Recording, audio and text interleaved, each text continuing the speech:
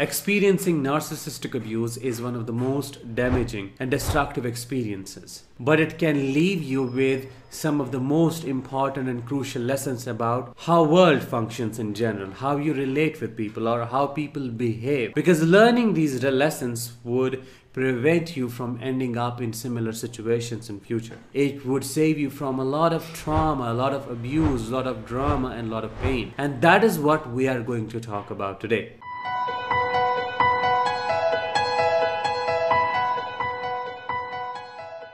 Hi, I am Danish, a narcissistic abuse recovery professional, and in this episode, we are going to talk about 5 crucial lessons to learn after narcissistic abuse. If that sounds interesting and you want to learn more, make sure that you subscribe to this channel by pressing the subscribe button, because that really helps me grow. And also make sure to push the bell icon to get the notifications every time I post something on my channel. So the number one lesson that we need to learn is that people are not who they say they are or pretend to be. Because narcissists wear a mask in the beginning. They become the person they know you want to have in your life. They first study you like a predator, see what your wants and needs are, and then completely morph into that, shift into that like a shapeshifter, or change their colors like a chameleon to fit in the description of the person you're looking for. And this is all done in the disguise of being charming, being kind, being affectionate, being intense, but deep down it is all a trap to reel you in, to evoke and elicit feelings in you for the narcissist, so that once you are in the trap, once they capture you, they start pulling back and they start using you as the object and start extracting that supply. You need to understand that people are not always what they pretend to be, because it's very easy for someone, especially a narcissist, someone who's a con artist, someone who's a player, who's a user, it's very easy for them to put on a mask and to become the person that you desire to be with. One of the main reasons why it is so easy for them is because they do not have the moral compass that is absolutely necessary for a person to have when it comes to deciding or differentiating wrong from right. So you do not have to go with the outward appearances, not only physical appearances but emotional appearances as well. And that means you have to give a relationship or any situation in general some time to develop, some time for this person to show their true colors. And how you can know that is that if someone is loving, kind, charming, or behaves a certain way in the beginning of the relationship, there would be overall consistency in their principles. There would be overall consistency in their behaviorism. There would be overall consistency in their values. There would be overall consistency in what they believe in. Because a narcissist can alter their personality, change their values, their belief system, can almost mirror you just to make sure that you fall in love with a reflection of yours. So you have to understand that, and this is our lesson number 1, which takes us to the lesson number 2. People are not who you feel they are. I have seen many people, and I have come across many people who are kind, who are empathetic, who are compassionate, who believe in the greater good, who believe that everybody is deep down filled with goodness, filled with purity and authenticity. And this blinder, this bias, this distorted way of seeing is taken advantage of by the narcissist. Just because you see this world or you relate with people a certain way does not mean that everyone else sees it the same way. Just because you feel that they are charming, they are kind like you, they're empathetic, they're giving, or they speak the same language in a way, the love language, does not mean that it is authentic. And the best indicator, the best judge of that would be the time. If there is consistency, the regularity that we need, that means it is a part of their core nature. But just because you feel a certain way, you think about people a certain way, and they start reflecting it back, does not mean that this is who they are, or does not confirm that what you feel about them is the genuine, true reality about this person. Confirmation bias and counter projection can be the two big obstacles, big traps that can trap you in a situation like narcissistic relationship. Confirmation bias is nothing but having a certain idea, a certain belief about something, be it a person, be it how world functions, and then unconsciously looking for behavioral or cognitive confirmations in other people, so that the belief that you have about the world or people in general is reinforced, and you assume that what you believe is true. That, for example, you can believe that everybody is as empathetic as you are, or everybody is as giving as you are, and a narcissist can pretend to be giving in the beginning, to be empathetic in the beginning, and if you are functioning out of or seeing this person through those blinders of confirmation bias, you are going to get fooled, because their personality is not their reality. The key to prevent from projecting your own feelings onto others is to look at people objectively when you try to understand their nature. Because if it is all subjective, and if you just look at them through yourself, you're not going to get the clear picture. Objectivity is the key. Try to look at this person through a third person's view. How would your friend see them? Would they see the same thing? And probably then you can talk with your friend, or rather, ask your friend to meet this person and see what they have to say, what their observations are. Before we move to the lesson number 3, I'm really interested to know what your learnings are, what your lessons are that you have taken from the experience of narcissistic abuse. Whatever they are, please share them with me and other survivors in the comments below, and help to enlighten the path of others by educating them.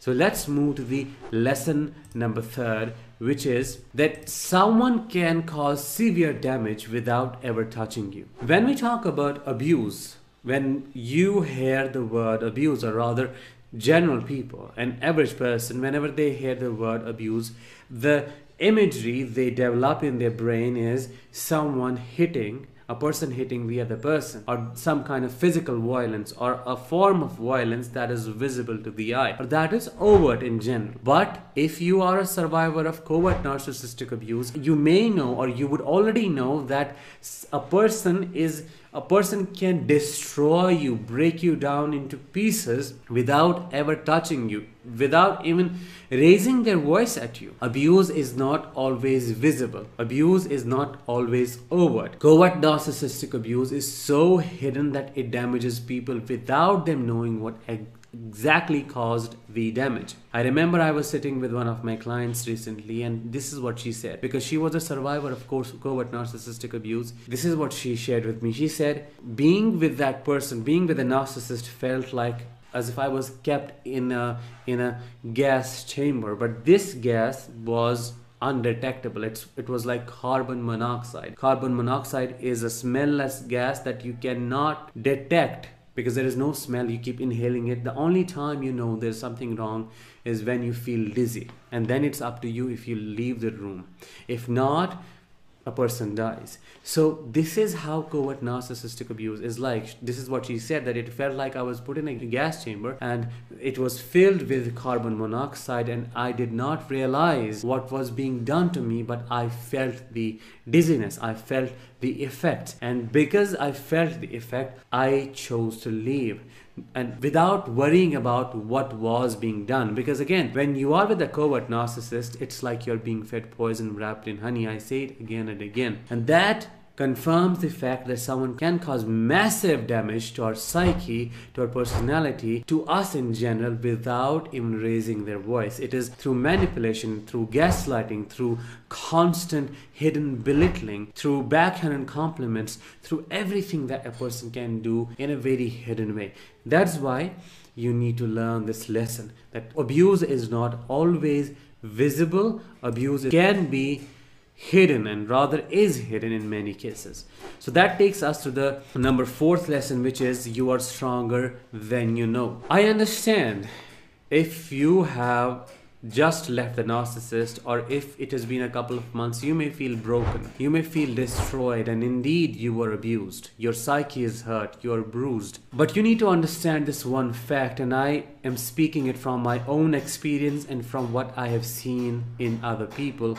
as I have worked with them, that narcissistic abuse is the biggest tragedy that can ever happen to a person, and surviving it one or the other way is no less than surviving a lethal war, a battle. See, if you were to be put in a war and you were to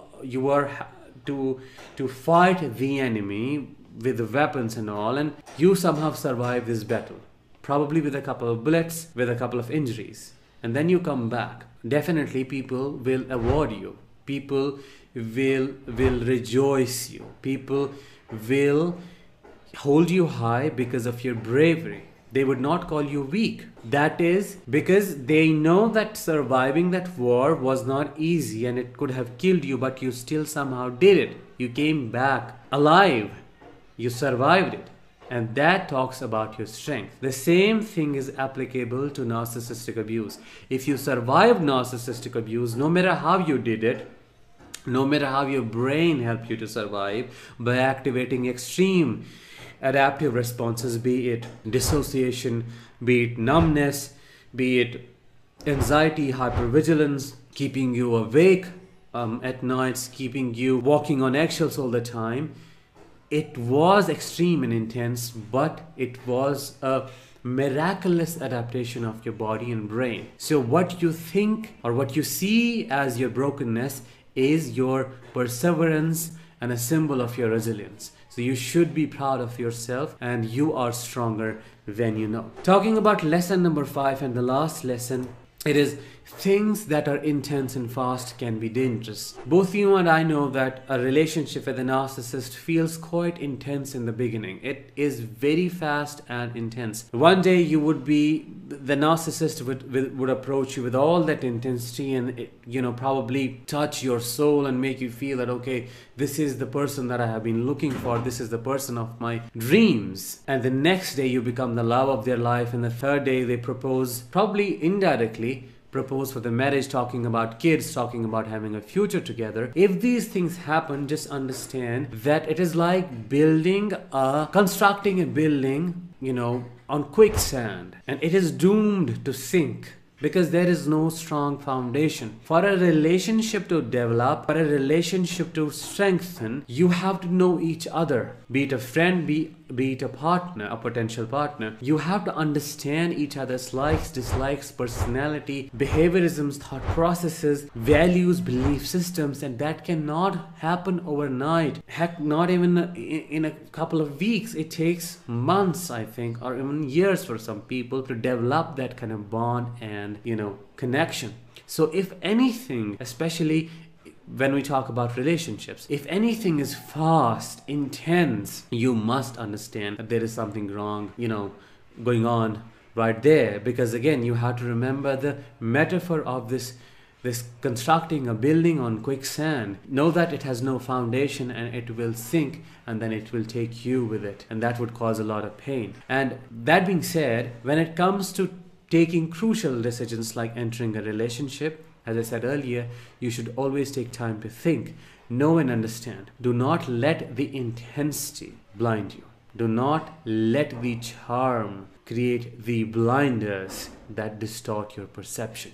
Because from all the lessons that we talked about, a person is not necessarily who they pretend to be in the beginning. You have to take time, you have to be patient, and you have to work on your healing for you to embody all of these lessons. So I hope I was able to help you understand and learn some of the crucial and most important lessons today in this episode. If you liked this video, make sure that you drop a thumbs up and you subscribe to the channel, and you share this video with other people who are in their healing journey after narcissistic abuse. I'll talk with you very soon. Till then, let the healing begin.